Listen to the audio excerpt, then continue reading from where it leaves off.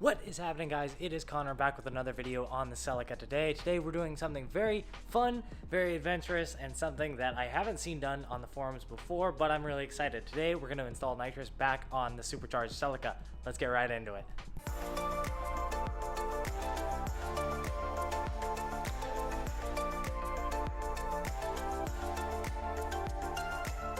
So I just wanted to give you guys a little bit of a rundown on Nitrous on these 2ZZ Celicas. There was a reason in the 2000s why Nitrous was so popular. I need NOS. It was really easy to install. It was really cheap to do so. Buying a Nitrous bottle, a Nitrous kit is about $500, whereas going the aftermarket route for forced induction is very expensive, as you guys have seen in my how much did it cost to supercharge my Celica video. Other videos, I mean, I'm sure people will tell you that it is very expensive to go forced induction. Now, Nitrous is a cheap option. I'm not going to show you guys how to set up a kit in this video. However, there are forums online on how to do everything, how to hook up your solenoids, how to hook up switches inside, and how to mount the bottles. Now, the most important thing about running Nitrous on a Celica on a 2ZZ or 1ZZ motor is you need to have a wide open throttle switch. This is a switch that goes underneath your pedal and activates when you kick it down all the way to the floor.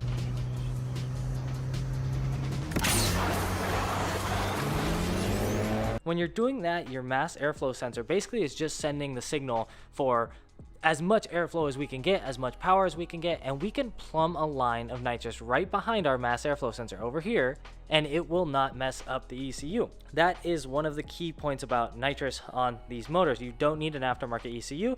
That's why I highly recommend it. It's very cheap to do so. Of course, there are some limitations to it. It is kind of expensive to fill up if you don't have a refill around you. And I honestly wouldn't recommend it if you're going to be hitting it every single day. It's not a daily thing, but it is a fun thing to do, maybe on the weekends. And I will show you guys exactly how we can set this up safely. I'm going to go with a very conservative setup on this one and just try it out. I've never seen it done before, so we'll see how it goes. But let's get into it. I'll show you guys the parts and everything that I'm going to do to make it work on mine. So I'll give you a little bit of a breakdown. This is my old cold air intake here. Obviously, air gets sucked in through the filter here. It comes up. Here's one of the vacuum lines. And here is the mass airflow sensor on this cold air intake. Now, we want to place our Nitrous after the cold air intake, or after the mass airflow sensor, but before the throttle body. So the throttle body sits right here, and we're going to plumb Nitrous to right here. Now, when this Nitrous kicks on through our solenoid, it's not going to affect our mass airflow sensor, and that's what we don't want. If your mass airflow sensor is wet, the car is going to run weird. It's not going to be good. So we need to place this after over here on this sensor, or on this intake over here that's already installed in the car. Obviously, I don't have a hole. We're going to pull this intake out and drill a hole in order to install the bung for the Nitrous. Now, without going into too much detail about the fittings and everything like that, this is our shark feed right here. This is from Nitrous outlet. And basically, you can see that one side here has an outlet for the fluid to flow out of. You see that hole right there? And the other side doesn't. So the one thing we need to do is we need to make sure that that hole is facing towards the throttle body like this. We don't want to be spraying down towards the mass airflow sensor out. That's not going to help us at all. So we need to spray up and make sure we mount it like that. Now what we're going to do is just pull out that intake, drill a hole similar to this, and we use these two bolts just to mount in this feed line, and we'll connect it all up.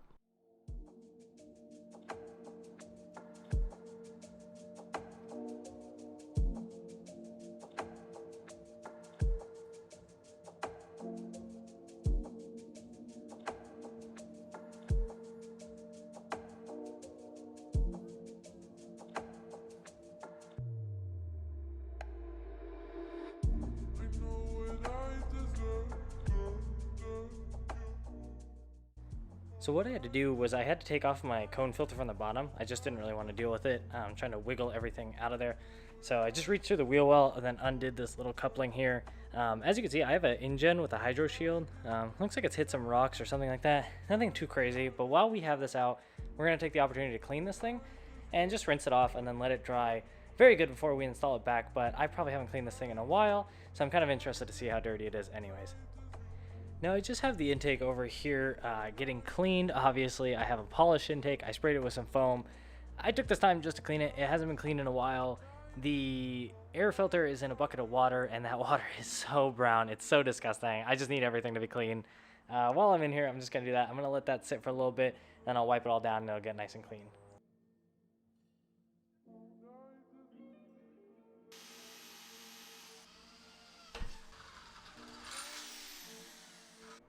Well, now that we have that all done and drilled out, it ended up being a 1/2 inch I input this right here, as you can see. So this is our bottom piece right there. That's all we need to do is drill that in, and we'll put this washer to suck it down here. I'm going to use some silicone right here just so it seals it and it's airtight. There was a gasket on there, but obviously this gasket has been toasted. It's been sitting up in my attic for quite a while on that intake. So what we're going to do is we're just going to add in some sealant inside right there. Just add in some sealant so that way it's airtight. And then what we will do is we will mate that up on the top side, bolt it down, and then we can feed our shark nozzle into this. Now a couple hours have passed, but as you can see, here is my new bung.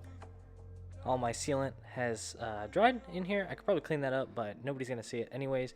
Looks super clean from the outside. That's our mounting point. This is all airtight. I've tried it, poured some water on it and checked it. Looks great. Everything on the inside also looks great. We're gonna go ahead and just bolt this thing up now. Well, as you guys can see, this is all set up now. I reattached the coupling here. There is a little bit of room, not as much as I'd want for the bung. I should have moved it a little bit over for that, but that's okay.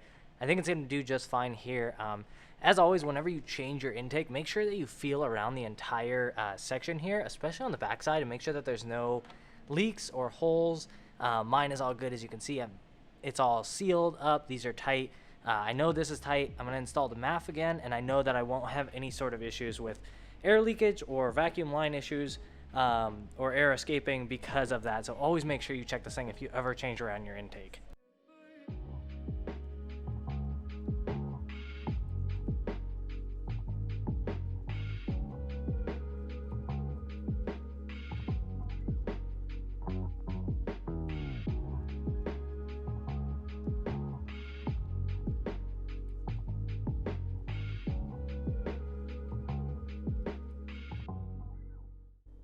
Well, here it is. The shark feed is now in place on the intake itself.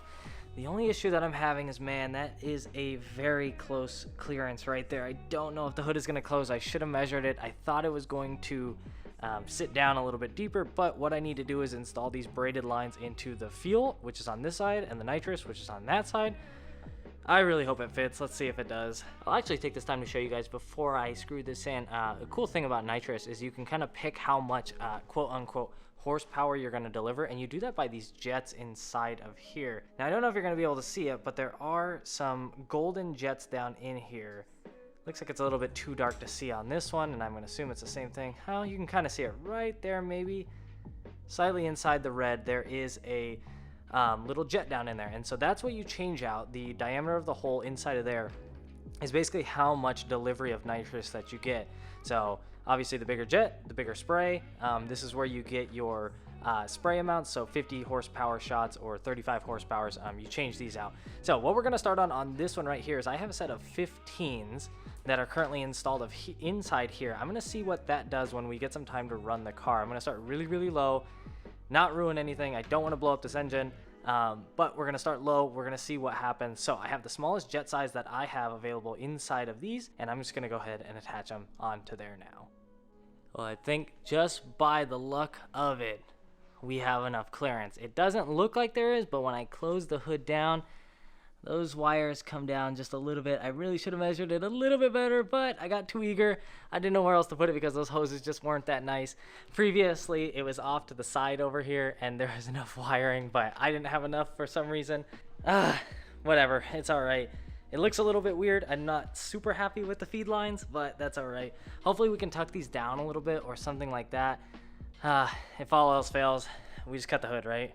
Oh, quick update, by the way. The hood closes. I didn't think it would. I was kind of nervous to do it, and I had to do it off camera, but the hood closes totally. There's also a rag right there, so I kind of messed that up. But the hood does close. Nothing looks too bad. It doesn't press it up anymore, even with the rag in there.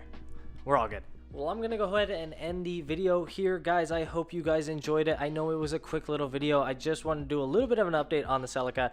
This thing has been sitting for so long. I felt a lot of love the other day in the community, and a lot of people were asking about the Celica. So I did go out and I bought registration for it. It hasn't been registered for about a month now. It's been sitting for about almost 2 months. I haven't driven it, but it is all good now. Everything is fixed on it, and everything is ready to go. It is super dark outside. It is not time to take this car out. It does not do good in the rain, which is raining right now, and it does not do good in the dark, but I will take this thing out, I will test it, and that will be another video. So if you guys enjoyed this one, please subscribe. If you guys want to see this thing in action with a nitrous shot, leave a like, subscribe, and I'll see you guys in the next video. Take care of yourselves. Peace.